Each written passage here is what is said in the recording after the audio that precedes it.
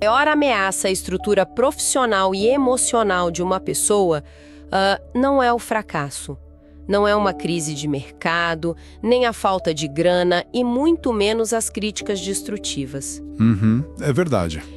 A maior ameaça, aquela que realmente tem o poder de derrubar tudo que a gente construiu, é o conforto de quando tudo dá certo. É o sucesso absoluto. Olha, o que é um paradoxo tremendo, né? Porque a sociedade passa a vida inteira, correndo justamente atrás dessa segurança e desse aplauso todo. Com certeza. Mas a história e até a psicologia humana mostram que é no topo da montanha, quando a vigilância cai, que as piores quedas acontecem. Pois é. E é exatamente para investigar a anatomia dessa queda e, mais importante, como prevenir isso, que a gente inicia o nosso mergulho profundo de hoje. Excelente. A nossa base de análise hoje viaja um pouquinho no tempo, mas traz um material super atemporal. Nós vamos mergulhar na transcrição de um culto religioso realizado em 22 de abril de 2026. Um material riquíssimo, diga-se de passagem. Nossa, muito! E o foco dessa congregação naquele dia foi dissecar o capítulo 27 do livro bíblico de Provérbios. E só para deixar claro para quem está ouvindo, a nossa missão aqui não é entrar no mérito teológico ou religioso em si, tá? Exato. O objetivo é destilar a sabedoria milenar contida nesse discurso, né? Isso. A gente quer entender como essa estrutura de pensamento dialoga diretamente com a nossa obsessão moderna por controle, com a nossa autoimagem, que é tão frágil, e, claro, com o peso do sucesso. E para estabelecer o tom dessa análise, a fonte usa uma imagem central muito elegante. O orador não descreve o texto de Provérbios como um manual burocrático de regras, sabe? Ele descreve como um colar de pérolas. Um colar de pérolas. Bonito isso. Sim, mas a mecânica de formação dessas pérolas é o que guarda o verdadeiro insight aqui. Peraí, deixa eu ver se entendi a mecânica disso. Porque a ostra forma a pérola através do atrito, certo? Entre um grão de areia, causa uma irritação imensa, e aí o mecanismo de defesa da ostra cria a joia. É por aí. Olha, a analogia segue exatamente essa linha, mas com uma inversão de propósito muito interessante. Segundo a perspectiva espiritual que a fonte apresenta, essas pérolas não são fabricadas por um processo biológico ou por um esforço humano de autoajuda. Ah, entendi. Elas são formadas pela inspiração do Espírito Santo. E o ponto crucial é a utilidade desse colar, né? Na nossa cultura, a gente usa uma joia para adorno exterior, para ostentação, para mostrar status. Para postar foto e mostrar que tá bem. Totalmente. Mas o texto argumenta que a sabedoria serve para o exato oposto. Ela serve para enfeitar a natureza interior. A ideia é equipar a pessoa com virtudes internas, criando uma estrutura de resiliência que consiga, suportar tanto as tragédias quanto os triunfos da vida. É quase como construir o alicerce de um prédio que ninguém vê, né? Mas que é a única coisa que impede o desabamento durante um terremoto. Exatamente isso. E já que o objetivo é construir essa estrutura interna para enfrentar a vida, a fonte levanta o primeiro bloco de construção. E olha, é uma pedrada no ego moderno. Nossa, sem dúvida. Porque o primeiro passo é admitir que o controle absoluto da vida é uma grande ilusão. O texto original adverte fortemente contra essa atitude de presumir o dia de amanhã. O que é fascinante aqui é que a argumentação do sermão destaca que o ser humano não é dono do próprio tempo. A fonte até elabora um contraste muito legal com a ciência da meteorologia. Ah, a parte da previsão do tempo, né? Eu achei isso genial. É muito bom, porque os meteorologistas conseguem acertar previsões de chuva porque eles usam variáveis mensuráveis, tipo pressão atmosférica, correntes de vento, umidade. Tem uma matemática ali. Sim, é física básica. Exato. Mas tentar aplicar essa mesma lógica matemática para projetar o futuro da vida humana é, segundo a fonte, tentar projetar o improjetável. As variáveis do comportamento humano são simplesmente infinitas e caóticas. Ok, vamos desempacotar isso. A imagem que o pregador usa é que, mesmo se a gente conectasse todos os supercomputadores do planeta Terra, nenhuma inteligência artificial conseguiria desenhar com exatidão o que vai acontecer amanhã de manhã. Porque o amanhã é um espaço vazio, ele não existe ainda, né? Perfeito. E a recomendação prática que surge daí é adotar a postura de sempre dizer, se Deus quiser, ao planejar uma viagem, fechar um negócio, enfim. mas eu preciso ser um pouco advogada do diabo aqui. Manda bala. Olhando para como o mercado de trabalho ultra competitivo funciona hoje, onde planos de 5 anos e agendas milimetricamente controladas são a regra, essa postura de entregar o controle não corre o risco de ser vista como preguiça? Porque, planejar a vida após essa rigidez absoluta é como tentar usar um aplicativo de clima para planejar um piquenique daqui a 10 anos. É absurdo. Mas dizer só se Deus quiser não soa meio que com fatalismo corporativo? Olha, essa é uma leitura super comum, mas que confunde humildade com inércia, sabe? O que a sabedoria desse texto ataca não é o ato de fazer planos. Tá, não é para deixar de planejar. Exato, não é isso. O que se ataca é a arrogância de achar que o plano garante o resultado. A sociedade moderna vende essa ilusão de que, se a gente usar o aplicativo de produtividade certo e acordar às 5 da manhã, pronto, dominamos o futuro. E isso gera uma ansiedade bizarra, né? Uma ansiedade paralisante, porque a mente entra em colapso tentando prever o imprevisível. Então dizer "se Deus quiser" nessa ótica é uma âncora de realidade.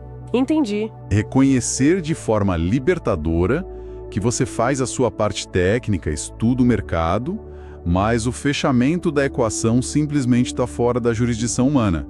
Isso não diminui o seu esforço, diminui seu peso emocional. Faz todo sentido.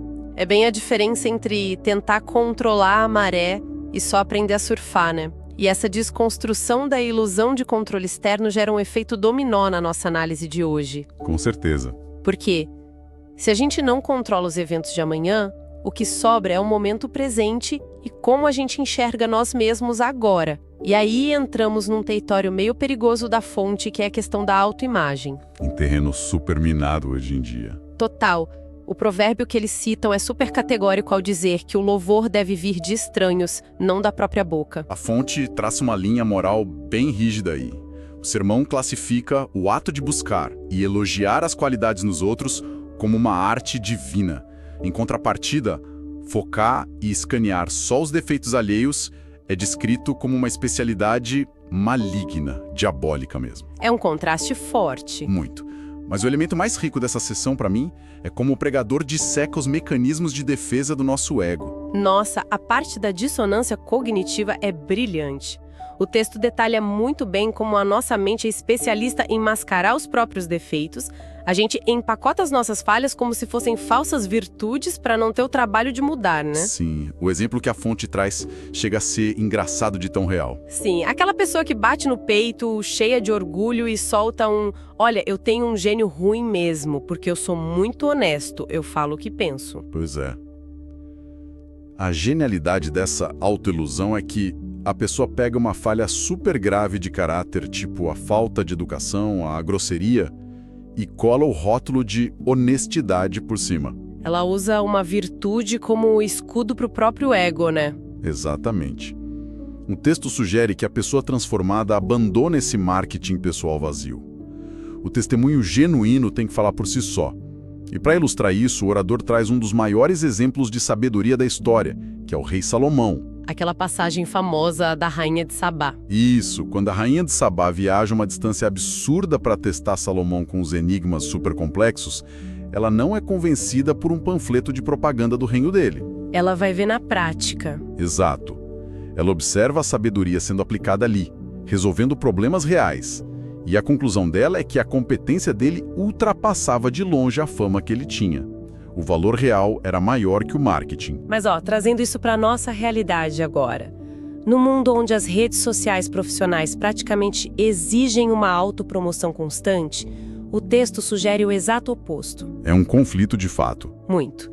Se você não postar sobre suas vitórias, o mercado de trabalho te ignora.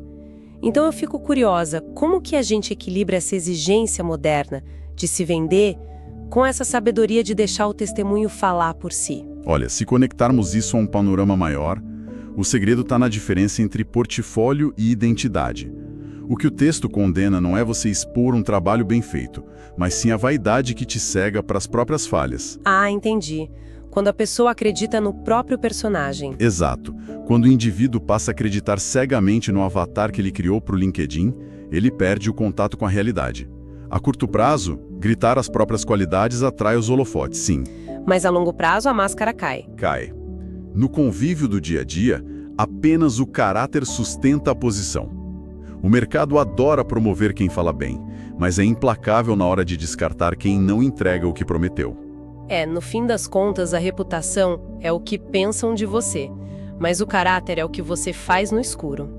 E aí, se a gente larga essa armadura da autopromoção, a gente fica super vulnerável, né? Completamente. A gente passa a depender dos outros não só para elogios, mas para receber correção.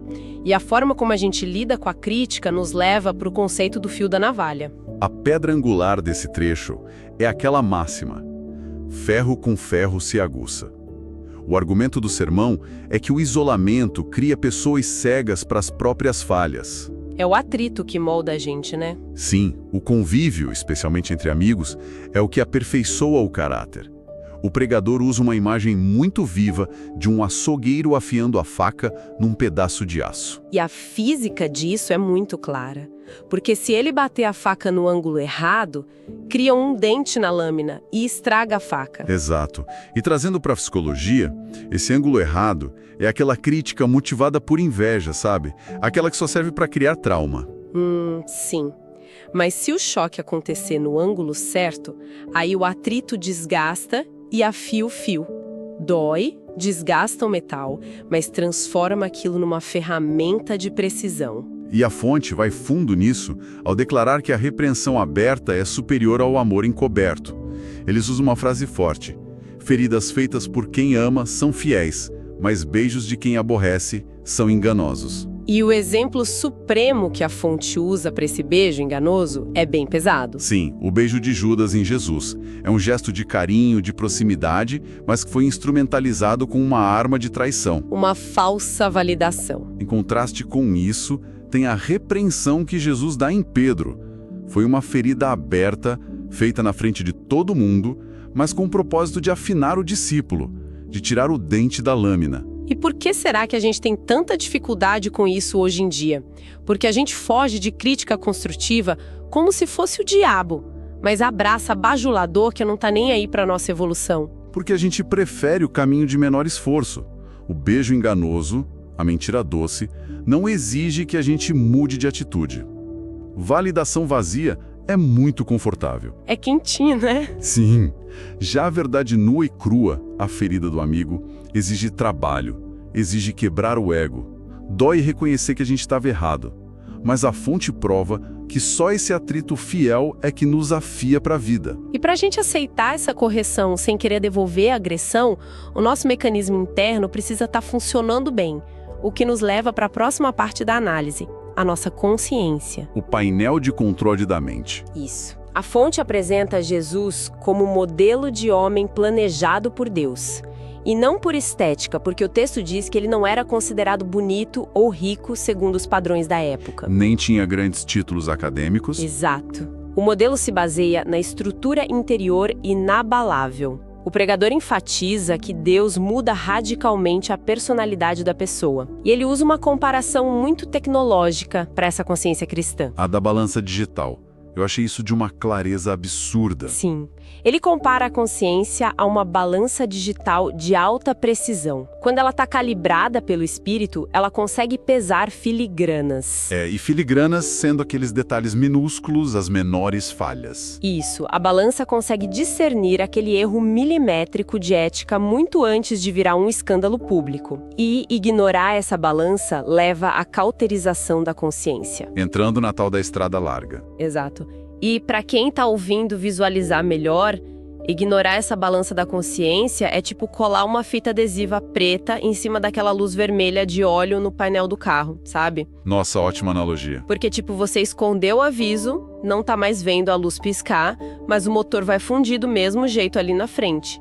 A cauterização é isso. E a fonte traça um contraste social muito interessante sobre essa estrada larga. O pregador contrasta as filas imensas nas portas de motéis com o vazio nas igrejas. A ideia é que com a balança quebrada, o ser humano passa a correr atrás de soluções efêmeras para um vazio profundo. Beber água do mar para matar a sede, né? Só piora. Exato. Mas aí chegamos no grande clímax argumentativo dessa transcrição. Sim, o momento de virada. Porque imagina que a pessoa conseguiu regular tudo isso. Ela não tenta mais controlar o amanhã, ela não fica se autopromovendo, aceita críticas dos amigos e a balança digital dela tá funcionando perfeitamente. Ou seja, a vida tá no auge. Ela venceu. Pois é. E é exatamente quando a vida tá no auge, quando tudo tá em paz, que a fonte aciona a sirene de alerta máximo. A maior ameaça não é a dificuldade que ficou para trás, é o conforto que chegou. Isso levanta uma questão importantíssima e super contraintuitiva desse sermão. O texto cita que assim como o crisol prova a prata e o forno prova o ouro, o homem é provado pelos louvores e elogios. É bizarro pensar assim. É um alerta gravíssimo. O sucesso, a paz, os diplomas na parede e um saldo bancário alto são muito mais perigosos, espiritualmente falando, do que a perseguição e a luta. A gente passa a vida inteira morrendo de medo do fracasso, né? Perdendo o sono, com medo de ser demitido, de não dar certo. E aí o sermão diz que é embriagado pelo sucesso, que o ser humano sofre a queda mais fatal. E o grande exemplo prático que a fonte usa para provar isso é a história do rei Davi. É o estudo de caso perfeito. Sem dúvida. O pregador lembra que Davi nunca foi vencido enquanto ele estava no meio da guerra, com a espada na mão, dormindo no chão. Porque o alerta estava no máximo. Exato. O foco na sobrevivência não dava margem para ele errar moralmente. Mas o crime mais bárbaro que ele cometeu aconteceu quando? Durante um período de paz e sucesso absoluto. Quando ele estava tranquilo no terraço do palácio dele. Sem nenhuma espada nas mãos, protegido, seguro. O conforto anestesiou os sentidos dele, e ele foi derrubado pela luxúria. A ausência de lutas foi a verdadeira armadilha. Mas analisando isso, por que a gente é tão vulnerável quando a gente está seguro? Parece que se a gente não tem um problema enorme para resolver, a gente cria um, né? Tem muito a ver com o nosso ego e o senso de invulnerabilidade. A escassez te obriga a manter o pé no chão. Já o sucesso contínuo cria uma ilusão de que as regras não se aplicam mais a você.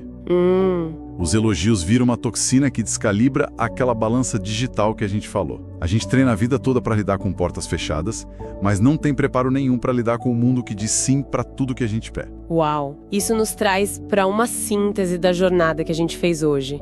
A gente começou descobrindo que aquelas pérolas da sabedoria não nascem do nosso próprio esforço, mas vêm de uma inspiração superior, né, para fortalecer o nosso interior. E aí aprendemos a soltar o controle do amanhã. Isso.